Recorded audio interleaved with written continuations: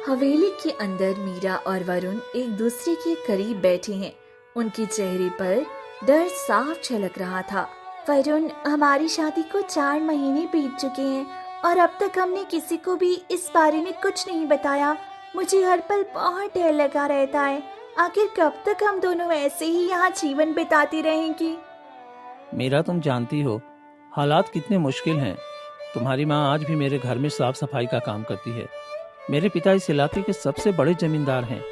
अगर उन्हें पता चला कि उनके इकलौते बेटे ने चोरी छुपे ये शादी कर ली है तो वो हमारे रिश्ते को कभी नहीं अपनाएंगे।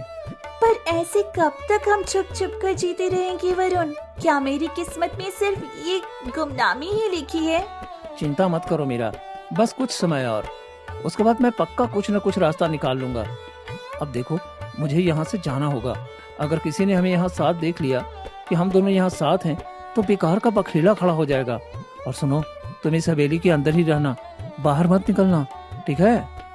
वरुण इतना कहकर तेजी से बाहर निकल जाता है। मीरा वहीं उदास बैठी रहती है। पता नहीं आखिर कब तक हम दोनों ऐसे यहाँ जीवन बिताएंगे। क्या कभी मुझे वह सम्मान मिलेगा जिसकी मैं हकदार हूँ? वहीं पास की झाड़ियों के पीछे खड़ा बलराम ये सब देख लेता है। अरे, ये तो जमींदार साहब की पुरानी हवेली है और ये लड़की यहाँ क्या कर रही है? और वरुण बाबू इसके साथ। ये तो बहुत बड़ा राज हाथ लगा है। मुझे ये बात जमींदार साहब को बतानी चाहिए। बलराम हाफते हुए भागकर मुख्य हवेली में पहुंच जाता है। अरे बलराम, क्या हो गया? तू ऐसे पागलों की तरह हाफते हुए क्यों आ रहा है? कोई अनहोनी हो गई है क्या? हुजूर, अगर आपको सच पता चला तो आपका भी बुरा हाल हो जाएगा। वरुण बाबू ने उन्होंने शादी कर ली है हुजूर। क्या? ये तू कैसी बकवास बातें कर रहा है? होश में तो है? मैंने अपने बेटी की शादी दूसरे गांव के सबसे रईस जमींदार की बेटी से तय की है और तू यहाँ आकर ये झूठी कहानी सुना रहा है। अपनी जबान संभाल बलराम, वरना बहुत भारी पड़ेगा। हुजूर, अगर आपको मेरी बातों पर यकीन नहीं है तो आप खुद जाकर अपनी आंखों से देख लीजिए, फिर आपको समझ में आ जाएगा कि मैं झूठ बोल रहा हूँ या सच। बलराम इतना कहकर वहाँ से चला जाता है। नहीं, ऐसा नहीं हो सकता। मैं अपने बेटे की शादी एक भिखारिन से कभी होते देख नहीं सकता। मुझे अभी के अभी जाकर देखना होगा कि उस हवेली में क्या गुल खिल रहे हैं। जमींदार गुस्से में आग बबूला होकर निकल पड़ता है और जैसे ही हवेली पर पहुंचता है। तुम यहाँ क्या कर रही हो? और तुम्हारे तन पर ये सुहागन का जोड़ा, ये सब क्या तमाशा है? मुझे माफ कर दीजिए जमींदार साहब, हम दोनों एक दूसरे से प्यार करते थे। मैंने और वरुण ने चुपके से प्रेम विवाह कर लिया है। हमें डर था कि आप हमें कभी अपनाएंगे नहीं, इसीलिए हमने आपको नहीं बताया। हमें माफ कर दीजिए बाबूजी। बाबूजी? तुम्हारी हिम्मत कैसे हुई मुझे इस रिश्ते से पुकारने की? जिसकी माँ मेरे घर की बर्तन मांजती है वो इस हवेली की बहू बनने का ख्वाब देख रही है। ये शादी, ये सिंदूर, मैं कुछ नहीं मानता। पर ये सच है जमींदार साहब, वरुण अब मेरे पति हैं। कैसी बकवास बातें कर रही है? मेरा बेटा तुझ जैसे भिखारिन को कभी अपनी पत्नी नहीं बना सकता। चली जा यहाँ से। नहीं, मैं सच कह रही हूँ। मैंने शादी की है वरुण से और हम दोनों पिछले 4 महीने से इसी हवेली में रहते हैं। मेरा बेटा मुझसे बिना पूछे इतना बड़ा कदम कैसे उठा सकता है? जमींदार गुस्से से लाल पीला हो जाता है कि तभी वहाँ वरुण आ जाता है। जमींदार को देखते ही वरुण के चेहरे का रंग उड़ जाता है। पिताजी, आप यहाँ? जल्दी बता, ये लड़की कौन है और मेरे घर में क्या कर रही है? क्या तूने सच में इससे शादी की है? वरुण, बताओ ना पिताजी को कि हम दोनों ने प्रेम विवाह किया है और पिछले 4 महीने के साथ हम यहाँ रह रहे हैं। ये तुम कैसी बकवास बातें कर रही हो? नहीं पिताजी, मैं सच कह रहा हूँ। मैं इस लड़की को नहीं जानता और ये यहाँ क्या कर रही है मुझे नहीं पता। देखा, मैं जानता था मेरा बेटा कभी ऐसा नहीं कर सकता और तू है कि मेरे बेटे पर खामखा इल्जाम लगा रही है। वरुण, तुम कैसे कर सकते हो ऐसा?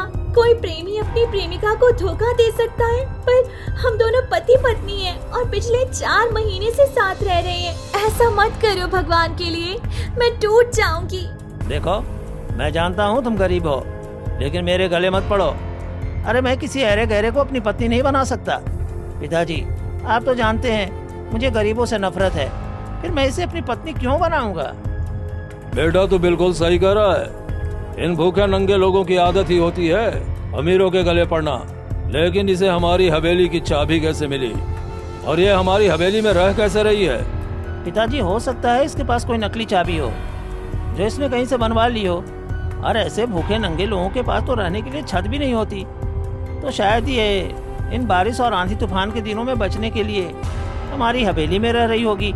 इतना झूठ मत बोलो वरुण, ऊपर वाले को इन सब बातों का जवाब देना होता है। खबरदार, ऐसे शब्द अगर फिर कभी तुम्हारे जुबान से निकले तो मैं तुम्हारी जुबान कटवा दूंगा। अब निकल जाओ यहाँ से, तुम्हें इसकी सजा तो अब गांव के चौपाल पर मिलेगी। फिर जमींदार मीरा का हाथ पकड़कर उसे बेरहमी से घसीटते हुए गांव के चौपाल पर ले आते हैं। शोर सुनकर गांव वाले वहां इकट्ठा होने लगते हैं। अरे क्या हुआ जमींदार साहब, आखिर इस लड़की ने ऐसा क्या कर दिया जो आप इसे इस तरह घसीटते हुए यहाँ ले आए हैं? देखो गांव वालों, ये लड़की मेरे बेटे के गले पड़ रही है और मेरी जंगल वाली हवेली पर कब्जा जमाने की कोशिश कर रही है। ये मेरी बहू बनने की धमकी दे रही है। अरे ये तो सच ही कह रहे हैं जमींदार साहब, ये दोनों माँ बेटी हैं तो भिखारिन, लेकिन अमीर बनने के ख्वाब देख रही हैं। अरे तुम्हें शर्म नहीं आई? एक भिखारिन होकर इतने बड़े जमींदार के बेटे को अपने जाल में फंसाने की कोशिश कर रही थी। हाँ हाँ, आप लोग बिल्कुल सही कह रहे हैं, मैं इसका पति नहीं हूँ। और ये देखिए, खामखा मुझे अपना पति बनाने का दावा कर रही है। ऐसा मत करो वरुण, भगवान के लिए सच बोल दो। गांव वाले मीरा को तरह तरह की ताने मारती हैं। तभी भीड़ में से एक औरत आगे आती है। छी छी छी, ऐसी बेटी को तो जन्म देने से पहले ही मार देना चाहिए, जिसे अपनी इज्जत की परवाह न हो, जो सिर्फ धन दौलत के लिए किसी को भी अपना पति बता सकती है। धिक्कार है तुम पर। सभी लोग थू थू करने लगते हैं। तभी भीड़ को चीरते हुए महेंद्र प्रताप वहां पहुंचते हैं। ये क्या हो रहा है जमींदार साहब? मैं तो यहाँ अपनी बेटी की शादी का दिन तय करने आया था, लेकिन यहाँ ये क्या नौटंकी लगी हुई है? ऐसा कुछ नहीं है दोस्त, ये तो बस एक मामूली लड़की है जो मेरे बेटे पर गलत इल्जाम लगा रही है। चलो चलो, तुम अंदर चलो। नहीं, तुम मेरे बचपन के दोस्त हो, इसलिए मैंने सोचा था अपनी बेटी की शादी तुम्हारे बेटे से कर दूं। बदले में जो दान दहेज की बात हुई थी, मैंने उन सब पर हाँ बोला था, लेकिन तुम्हारे बेटे की इज्जत पर दाग लग चुका है। अब मैं अपनी बेटी की शादी ऐसे बदनाम घर में नहीं कर सकता। मैं ये रिश्ता तोड़ रहा हूँ। महेंद्र सिंह इतना कहकर वहां से चला जाता है। जमींदार गुस्से से आग बबूला हो जाता है। 2 कौड़ी की लड़की की वजह से आज मेरा इतना अच्छा रिश्ता टूट गया।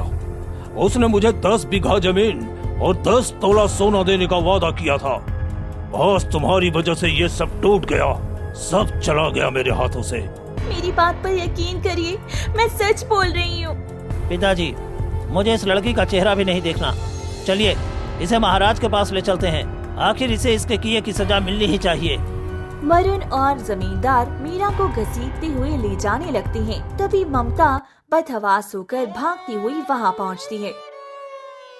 नहीं, रुक जाइए जमींदार साहब, ये आप क्या कर रहे हैं? मेरी बेटी को छोड़ दीजिए। ममता, तू मेरे यहाँ काम करती है, लेकिन तुझे पता है तेरी बेटी ने क्या गुल खिलाए हैं? इसने मेरे बेटे पर अपनी पत्नी होने का झूठा इल्जाम लगाया है। इसकी वजह से मेरे इतने अच्छे रिश्ते टूट गए। अब इसे राजमहल में कड़ी से कड़ी सजा मिलेगी। नहीं, मेरी बेटी झूठ नहीं बोल सकती। और हाँ, ये वरुण मेरी बेटी से सच में प्रेम करता था और इन दोनों ने प्रेम विवाह किया है। मेरी बेटी ने खुद मुझसे ये बात की थी। अच्छा, तो यानी तू भी इस साजिश में शामिल है। तुम दोनों माँ बेटी मिलकर मुझे पूरी तरह से बर्बाद करने पर तुली हुई हो। सच में ममता, मैं जानता हूँ कि तुम्हारा पति मर गया है, लेकिन ये तो मत करो। अपनी जवान बेटी के साथ मिलकर जिस थाली में खाती हो, उसी थाली में छेद कर रही हो। अरे ऐसा क्यों कर रही हो? गांव वाले फिर से ममता और मीरा पर थू थू करने लगती हैं और तरह तरह के ताने देती हैं। नहीं, ये सच है, मैंने भी उन लोगों को रोका था, पर इन दोनों के प्रेम की आगे मैं हार गई थी। वरुण, तुम मेरी बेटी के साथ ऐसा होते हुए कैसे देख सकते हो? तुम तो मेरी बेटी से प्रेम करते हो ना? चुप हो जाइए आप। आपने बचपन से मेरी देखभाल की है, इसलिए मैं अब तक आपकी इज्जत कर रहा हूँ, लेकिन इसका ये मतलब नहीं कि मैं आपकी बेटी को अपनी पत्नी का दर्जा दे दूं। पिताजी, देखिए, ये दोनों माँ बेटी मिलकर मेरे खिलाफ कोई गहरी चाल चल रही हैं। अब देखो, मैंने तो सोचा था कि सिर्फ तुम्हारी बेटी को सजा दिलवाऊंगा, लेकिन अब तुम्हारी बेटी के साथ साथ तुम्हें भी सजा दिलवाऊंगा। तुम दोनों मिलकर मेरी हवेली और मेरे बेटी की जिंदगी खराब करना चाहती हो। अब चलो। जमींदार ममता और मीरा को बेरहमी से खींचता हुआ राजमहल की ओर ले जाने लगता है। मीरा का रो रो कर बुरा हाल था। मेरी माँ को छोड़ दीजिए, मेरी माँ की इसमें कोई गलती नहीं है। आपको सजा देनी है तो मुझे दीजिए। मीरा चीखती चिल्लाती रही, लेकिन उसकी पुकार सुनने वाला कोई नहीं था। सभी महल पहुंच जाते हैं। क्या बात है, आज राजमहल में इतनी भीड़ क्यों लगी हुई है? जमींदार, आप इन दो स्त्रियों को इस तरह से पकड़ कर क्यों लाए हो? राजकुमार, आज आपका न्याय ही हमारी इज्जत बचा सकता है। हाँ कहो, आखिर क्या परेशानी है? जमींदार रोने का नाटक करते हुए राजकुमार को सारी झूठी कहानी सुना देता है। क्या मेरे राज्य में इतना बड़ा अपराध? समाज में ऐसी गंदगी फैलाने की सजा इन दोनों माँ बेटियों को जरूर मिलेगी। नहीं राजकुमार, मेरी बात पर यकीन करिए, मैं सच कह रही हूँ। मेरी बेटी कभी झूठ नहीं बोलती। वरुण ने मेरी बेटी से विवाह किया है, लेकिन अब ये उसे पत्नी मानने से इनकार कर रहा है। नहीं राजकुमार, ये सब मुझे फंसाने की चाल चली जा रही है। मैं तो इन्हें जानता तक नहीं। हमारे राज्य में रहकर ऐसी गंदगी फैलाना, तुम माँ बेटियों को इसकी सजा जरूर मिलेगी। तुम जैसे लोगों को समाज में रहने का कोई अधिकार नहीं है। सैनिकों, इन दोनों को ले जाओ और काल कोठरी में बंद कर दो। नहीं राजकुमार, मेरी बात पर यकीन करिए। मुझे बंद करना है तो कर दीजिए, पर मेरी माँ को छोड़ दीजिए। मीरा की गुहार अनसुनी कर दी जाती है और सैनिक उन दोनों को ले जाकर बंद कर देती हैं। चलो बेटा वरुण, अब हम घर चलते हैं, हमें न्याय मिल गया। राजकुमार, आप धन्य हैं। मैंने सुना था कि आप बहुत न्यायप्रिय हैं, लेकिन आज आपकी वजह से मुझे एक बला से छुटकारा मिल गया। मेरे राज्य में कहीं भी अन्याय बर्दाश्त नहीं किया जाएगा, और वैसे भी इन दोनों ने जो अपराध किया है उसकी सजा तो इन्हें मिलनी ही थी। ठीक है राजकुमार, अब मैं चलता हूँ। फिर सभी वहाँ से चले जाते हैं। कारावास के अंदर कमरों में ममता और मीरा को अलग अलग कोठरियों में बंद कर दिया जाता है। ऐसे ही धीरे धीरे वक्त बीतता है और देखते ही देखते 4 महीने गुजर जाते हैं। इन 4 महीनों में रो रो कर मीरा का बुरा हाल हो चुका था। नहीं, बस बहुत हो गया। मैंने सिर्फ सच्चा प्रेम किया था और मेरी वजह से मेरी मासूम माँ को भी खाल कोठरी के पीछे सड़ना पड़ रहा है। सब मुझे नफरत भरी निगाहों से देखते हैं। मुझे अब वो करना होगा जो मैंने सोचा है। मीरा को रोती देख वहाँ पहरे दे रहे एक बूढ़ी दासी उसके करीब आकर बैठ जाती है। क्या हो गया बेटा? मैं 4 महीने से इस कारावास का पहरा दे रही हूँ, लेकिन तुम्हें कभी हंसते हुए नहीं देखा मैंने। बेटी, इतना मत रो, तुम्हारी तबीयत खराब हो जाएगी। अम्मा, मुझे एक चीज चाहिए। अगर आप वे चीज मुझे लाकर दे दें तो मैं आपका एहसान कभी नहीं भूलूंगी। बेटी, 4 महीनों से तुम्हें देखते देखते मुझे अपनी उसी बेटी की याद आती है जो अब इस दुनिया में नहीं रही। मैं जरूर करूंगी। बताओ, मुझे क्या करना होगा? अम्मा, घने जंगलों के बीच एक नीले रंग की औषधि है। वे औषधि मुझे लाकर दे दीजिए, जो हर 5 महीने में मुझे उस दवा की खुराक लेनी होती है। अगर मैंने 2 दिन के अंदर वह जड़ी बूटी नहीं ली तो मैं मर जाऊंगी। ठीक है बेटी, वैसे भी आज मेरी आधे वक्त का ही काम है, क्योंकि राजकुमार ने आज सभी दास दासियों को छुट्टी दे रखी है। मैं उसी वक्त तुम्हारे लिए जंगल जाकर वो जड़ी बूटी ले आऊंगी। दासी वहाँ से निकलकर घने जंगलों की ओर चली जाती है। वह पेड़ों और झाड़ियों के बीच उस खास जड़ी बूटी को ढूंढने लगती है। उसने जिस जड़ी बूटी के बारे में बताया था वह यहीं कहीं मिलनी चाहिए। वह थोड़ा और आगे बढ़ती है तो उसे एक पुराने पेड़ के नीचे वही नीले रंग की औषधि मिल जाती है। चलो, जड़ी बूटी मिल गई। अब जल्दी से इसे लेकर उस बच्ची को दे देती हूँ ताकि उसकी तकलीफ दूर हो जाए। बूढ़ी दासी वो जड़ी बूटी लेकर वहाँ से निकल पड़ती है और शाम होते होते वापस कारावास में पहुँच जाती है। अम्मा, क्या आप वे जड़ी बूटी ले आई? हाँ बेटी, ये देखो मैं जड़ी बूटी ले आई हूँ। अब जल्दी से इसे खा लो ताकि तुम्हारी बीमारी ठीक हो जाए और तुम्हें आराम मिले। दासी वो जड़ी बूटी मीरा के हाथ में देकर वहाँ से चली जाती है। मीरा उसे खाने के बजाय अपने हाथों से मसलने लगती है। मुझे इन सारे पत्तों की जरूरत नहीं है, इसके कुछ पत्ते ही काफी हैं। मीरा एक पत्ता मसलकर अपने मुंह में रख लेती है। वह दूसरा पत्ता उठाने ही वाली होती है कि तभी वहाँ से राजकुमार अशोक गुजरती हैं। मीरा को कुछ संदिग्ध दिखाते हुए देख वह भागते हुए सलाखों के पीछे पहुँचते हैं। ये क्या है? तुम कौन सी जड़ी बूटी खा रही हो? रुको, इसे अभी थूको। राजकुमार अशोक झपट कर मीरा के हाथ से बाकी पत्ते छीनकर दूर फेंक देती हैं, लेकिन तब तक मीरा एक पत्ता निकल चुकी होती है। उसके चेहरे पर एक फीकी मुस्कान आ जाती है। ये क्या हो रहा है? तुम इस हाल में भी मुस्कुरा रही हो? क्या खाया है तुमने? राजकुमार, आप तो न्याय के देवता माने जाते हैं। आपको न्याय की गद्दी पर बिठाया गया है, लेकिन आपने मेरा न्याय नहीं किया। अब आप अपने ही सवालों के बोझ तले पूरी जिंदगी पछताते रहेंगे। इतना कहकर मीरा की आंखें बंद होने लगती हैं और वह निढाल होकर जमीन पर गिर पड़ती है। नहीं, ये क्या हो रहा है? सैनिकों, जल्दी करो, इस कोठरी का ताला खोलो और इसे तुरंत राजवैद्य के पास ले जाओ। शायद इसने कोई जहरीली औषधि खा ली है। जल्दी करो। सैनिक मीरा को उठाकर ले जाते हैं। पास की कोठरी में बंद ममता ये सब सुन लेती है और चीखने लगती है। नहीं राजकुमार, ऐसा नहीं हो सकता। मेरी बेटी, मेरी मीरा को क्या हुआ? उसे ठीक कर दो राजकुमार, मैं उसके बिना नहीं रह सकती। देखिए माँ जी, आपकी बेटी ने जहरीले पत्ते खा लिए हैं, इसी वजह से उसकी हालत बिगड़ी है, लेकिन मैं उसका अच्छे से इलाज कराऊंगा, वो ठीक हो जाएगी। आप चिंता मत करिए। राजकुमार, आप न्याय की मूरत हैं। मेरी बेटी को कुछ मत होने देना। मैं उस बुढ़ापे में अपनी बेटी का घर उजड़ते हुए देख चुकी हूँ, पर अब उसे अपनी आंखों के सामने मरते नहीं देख सकती। माँ जी, भले ही मैंने आप लोगों को सजा दी है और आपने जो भी अपराध किया हो, लेकिन उन सब से पहले इंसानियत आती है। इंसानियत के नाते मैं आपकी बेटी को कुछ नहीं होने दूंगा। राजकुमार अशोक इतना कहकर वहाँ से तेजी से निकल जाते हैं। दूसरी तरफ राजवैद्य मीरा के इलाज को शुरू कर देते हैं। वैद्य जी, जल्दी बताइए, इसकी हालत कैसी है? ये ठीक तो हो जाएगी ना? राजकुमार, इस लड़की ने बहुत ही जहरीली औषधि खा ली है। इसकी हालत फिलहाल बहुत नाजुक है। ये शरीर से पहले ही बहुत कमजोर और बीमार चल रही थी, और इन पत्तों के जहर ने इसे और भी ज्यादा पस्त किया है। अभी कुछ भी कहना मुश्किल है।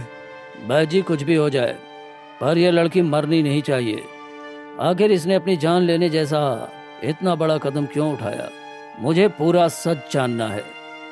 वैद्य उपचार की तैयारी में जुट जाते हैं। अशोक वहीं एक किनारे बैठ जाते हैं और बेहोश मीरा को गहरी नजरों से देखने लगते हैं।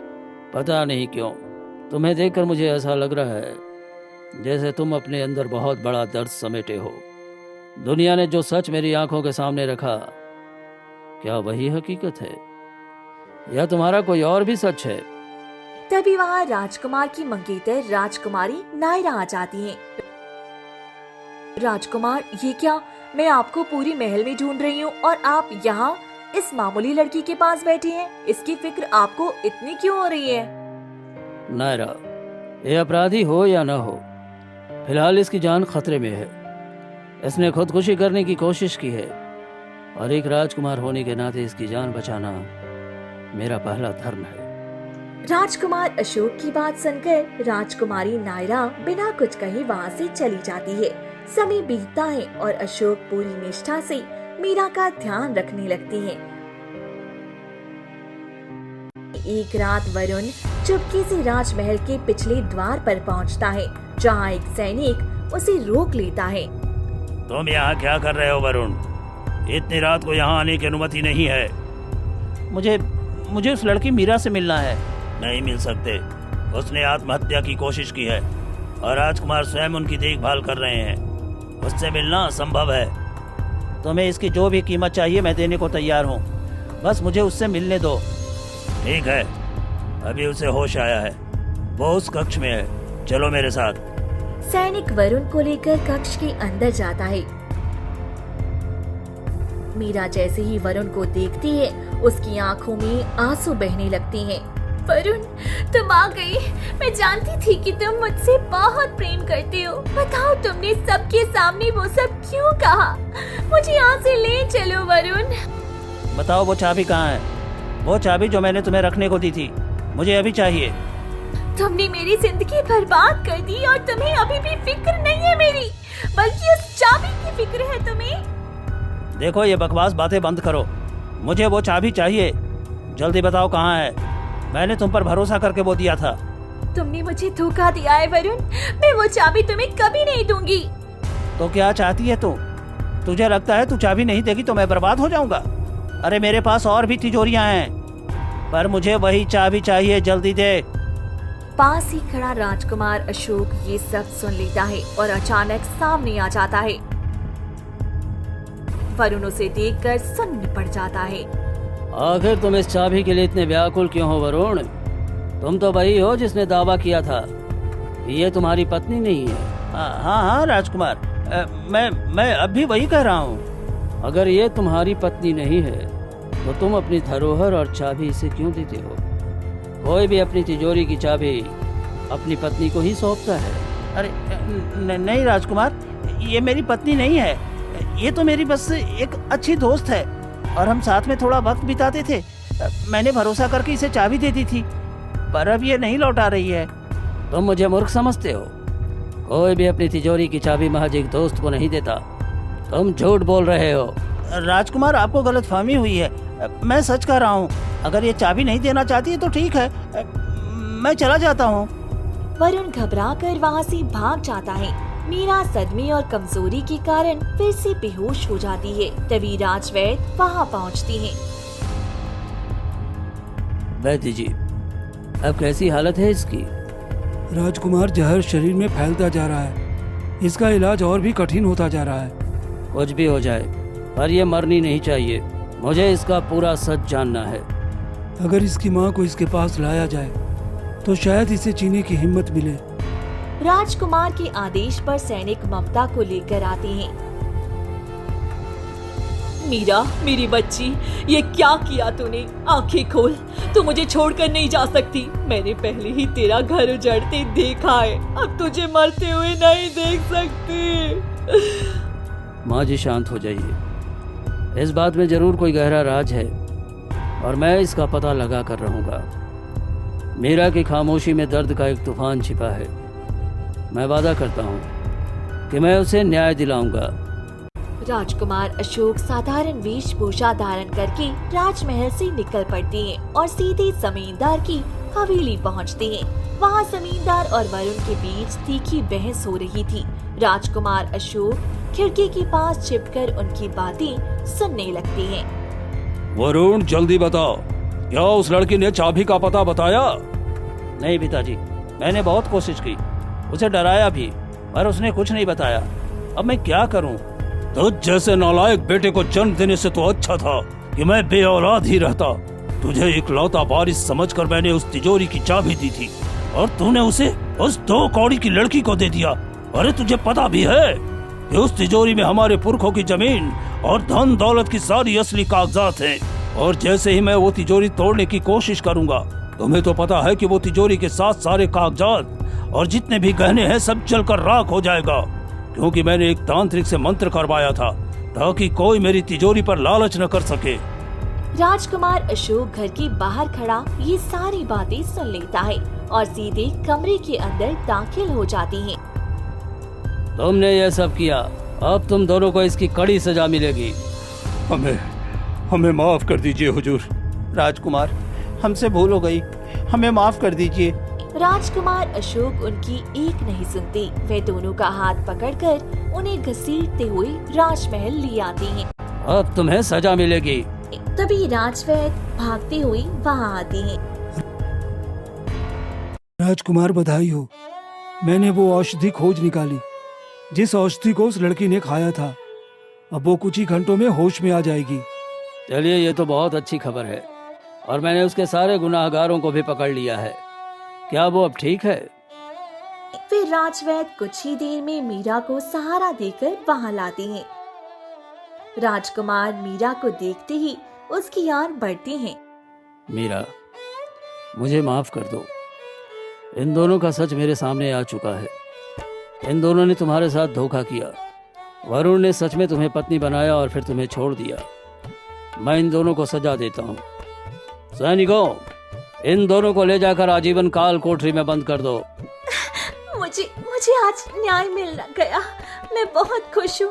मुझे मेरी माँ चाहिए राजकुमार। राजकुमार के आदेश पर सैनिक ममता को लेकर आते हैं।